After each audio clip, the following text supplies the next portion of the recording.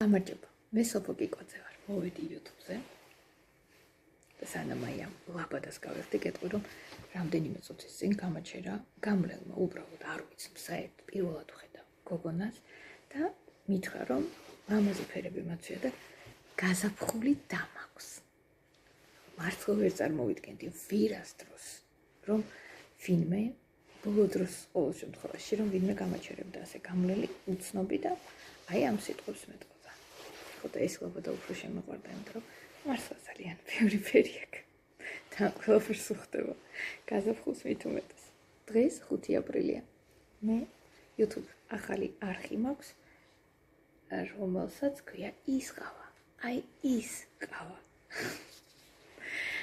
მე დარწმუნებული ვარ, რომ შენ გაქვს შენი ყავა, რომელიც ძალიან გიყვარს.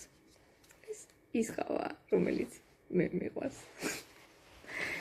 ხო და დავჯდებით, ვილაპარაკებთ.